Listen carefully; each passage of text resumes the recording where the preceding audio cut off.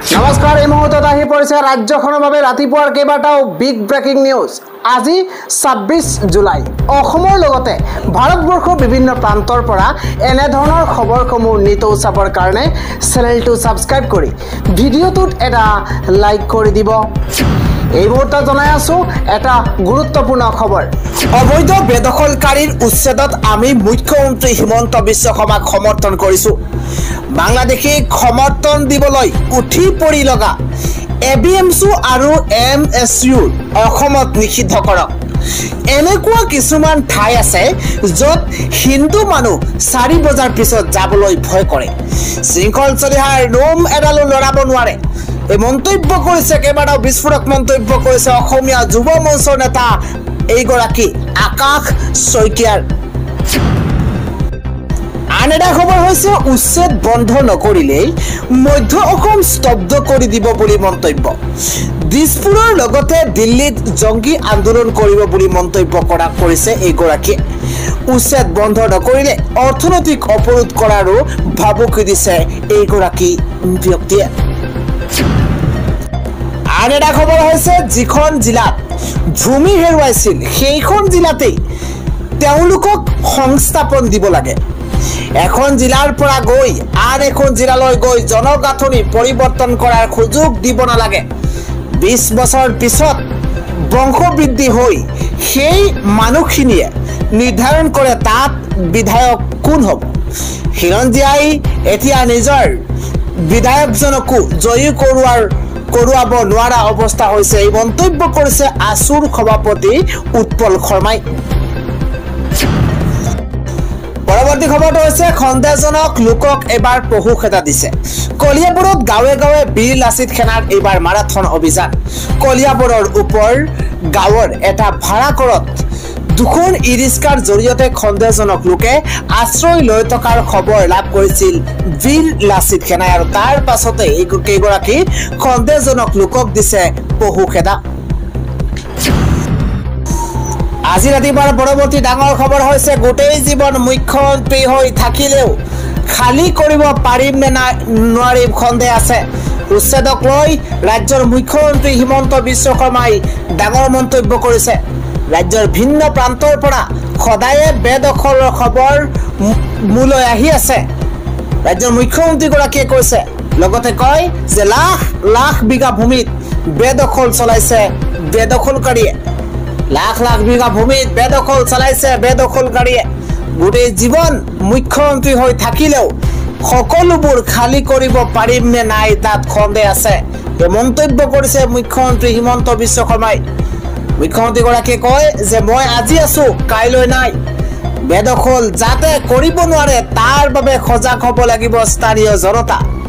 অসমত ইমান দল সংগঠন সত্ৰৰ নামঘৰ আছে। প্ৰথম দুঘৰ আহোঁতেই সকলো দল সংগঠন জনতা সাৱধান হ'ব লাগিব। ৰাজ্য চৰকাৰে উচ্ছেদ কৰিবই, নতুনকৈ যাতে নহওক তাৰ দায়িত্ব লওক জনতাই। উৰিয়াম ঘাটত উপস্থিত হৈছে ৰাজ্যৰ মুখ্যমন্ত্ৰী হিমন্ত বিশ্ব শৰ্মাই, আৰু তাত উপস্থিত হৈ এইদৰে বিস্ফোৰক মন্তব্য কৰিছে মুখ্যমন্ত্ৰী হিমন্ত বিশ্ব শৰ্মাই।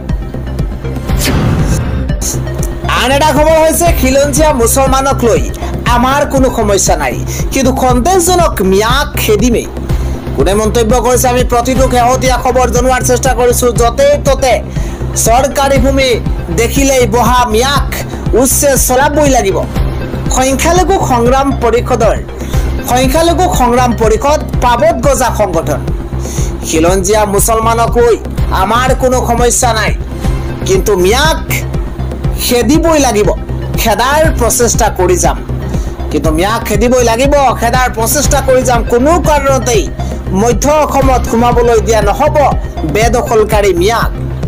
বীৰ লাচিত সেনাৰ নাম লৈ জনপ্ৰিয়তা লোৱাৰ চেষ্টা কৰিছে একাংশ মিয়াই। মধ্য অসমলৈ বেদখলকাৰী ট্ৰাকে ট্ৰাকে অহাৰ পাছতে পুনৰ গৰজি উঠিছে এইদৰে বীৰ লাচিত সেনা। য'তে ত'তে চৰকাৰী ভূমি দেখিলেই বহা মিয়াক উচ্ছেদ চলাবই লাগিব, এইদৰে মন্তব্য কৰিছে বীৰ লাচিত সেনাই। ৰাতিপুৱাৰ পৰৱৰ্তী আন এটা ডাঙৰ খবৰ। এইবাৰ দেওবাৰে পুৱা ৬ বজাৰ পৰা নাথাকিব বিদ্যুৎ। এটা বিশেষ জাননী আহি পৰিছে।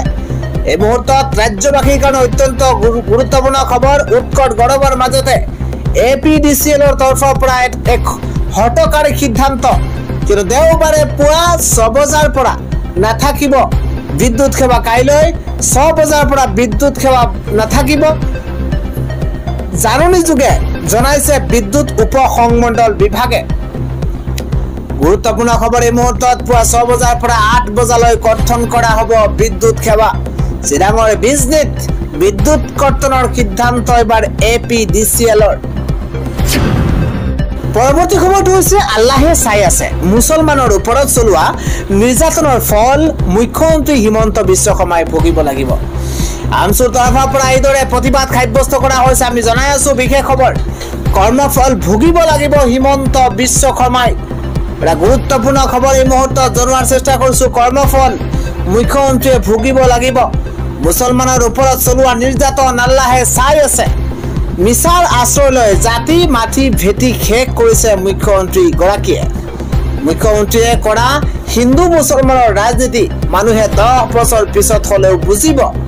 যদি ফৰেষ্ট খালী কৰাৰে লক্ষ্য, তেন্তে উচ্ছেদৰ নামত ধৰ্মীয়কৰণ কিয় প্ৰশ্ন উত্থাপন হৈছে। অসমৰ সংখ্যালঘুক অসমৰ মানচিত্ৰৰ পৰা নোহোৱা কৰিব নোৱাৰে মুখ্যমন্ত্ৰী হিমন্ত বিশ্ব শৰ্মাই। মুখ্যমন্ত্ৰীৰ যিমান অধিকাৰ আছে, খাটি খোৱা মুছলমানৰো সিমান অধিকাৰ আছে। ৰাজ্য চৰকাৰৰ উচ্ছেদৰ বিৰুদ্ধে 11 আগষ্টত 1 লাখ লোকে কঁপাব ৰাজপথ। বিলাসীপাৰাৰ গণ বিক্ষোভ কাৰ্যসূচীৰ পৰা হুংকাৰ আমচুৰ সভাপতি ৰেজাউল কৰিম চৰকাৰৰ। পৰৱৰ্তী আন এটা বিগ ব্ৰেকিং। এবাৰ খিলঞ্জীয়াৰ বাবে অস্ত্ৰ অনুজ্ঞাপত্ৰৰ পক্ষত মুখ্যমন্ত্ৰী ডক্টৰ হিমন্ত বিশ্ব শৰ্মাই দিছে স্পষ্টীকৰণ। থলুৱাৰ সুৰক্ষাৰ বাবে প্ৰয়োজনীয় পদক্ষেপ। অসমৰ মুখ্যমন্ত্ৰী ডক্টৰ হিমন্ত বিশ্ব শৰ্মাই স্পৰ্শকাতৰ অঞ্চলত খিলঞ্জীয়া সম্প্ৰদায়ৰ লোকসকলক অস্ত্ৰৰ অনুজ্ঞাপত্ৰ প্ৰদানৰ ৰাজ্য চৰকাৰৰ সিদ্ধান্তক সমৰ্থন জনাই এই পদক্ষেপক তেওঁলোকৰ অস্তিত্বৰ বাবে এক উপযোগী প্ৰয়োজনীয় পদক্ষেপ বুলি অভিহিত কৰিছে। তেওঁ কয় যে কেতিয়াবা অসমৰ পৰিস্থিতি বিস্ফোৰক হৈ পৰিব পাৰে, তেনেস্থলত আমাৰ মানুহে কেনেকৈ নিজকে ৰক্ষা কৰিব বুলি উল্লেখ কৰিছে মুখ্যমন্ত্ৰী হিমন্ত বিশ্ব শৰ্মাই। 28 মেত ঘোষণা কৰা এই নীতিৰ জৰিয়তে ধুবুৰী, মৰিগাঁও, বৰপেটা, নগাঁও আৰু দক্ষিণ খালমৰা, মানকাছাৰৰ দৰে দুৰ্গম জিলাত খিলঞ্জীয়া লোকসকলৰ প্ৰতি লক্ষ্য কৰি এই সুবিধা প্ৰদান কৰা হৈছে বুলি সদৰি কৰিছে।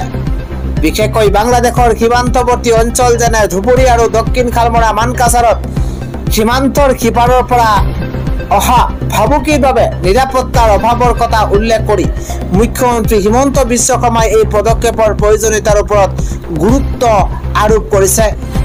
উল্লেখযোগ্য যে আগষ্ট মাহৰ পৰা এই জিলাসমূহৰ বাসিন্দাসকলে নতুন পৰ্টেলৰ জৰিয়তে অনলাইন যোগে অস্ত্ৰ অনুজ্ঞাপত্ৰৰ বাবে আবেদন কৰিব পাৰিব।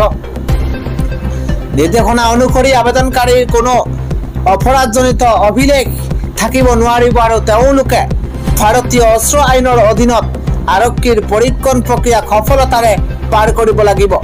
এই প্ৰক্ৰিয়াত উপ আয়ুক্তৰ চূড়ান্ত অনুমোদনো অন্তৰ্ভুক্ত আছে বুলি জনাইছে। অৱশ্যে অৰুণাচল প্ৰদেশ, মেঘালয়, মিজোৰাম আৰু নাগালেণ্ডৰ সীমান্তৱৰ্তী অঞ্চলত দীৰ্ঘদিনীয়া সীমা বিবাদৰ কাৰণে এই নীতি প্ৰযোজ্য নহ'ব। মুখ্যমন্ত্ৰী ডক্টৰ শৰ্মাই এই সিদ্ধান্তক অসম আন্দোলনৰ সৈতে সংযোগ কৰি কয় যে সেই সময়ত যদি খিলঞ্জীয়া লোকসকলক অস্ত্ৰৰ অনুজ্ঞাপত্ৰ প্ৰদান কৰা হ'লহেঁতেন, তেন্তে তেওঁলোকে নিজৰ মাটি বিক্ৰী কৰি ঘৰ এৰি যাবলগীয়া নহ'লেহেঁতেন। তেওঁৰ মতে এই পদক্ষেপে থলুৱা সম্প্ৰদায়ৰ সুৰক্ষা আৰু স্বাধীনতা নিশ্চিত কৰিব।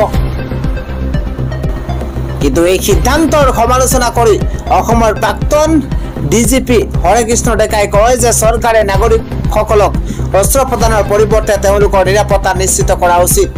তেওঁ আৰু কয় যে এনে পদক্ষেপে সমাজত অধিক অশান্তিৰ সৃষ্টি কৰিব পাৰে।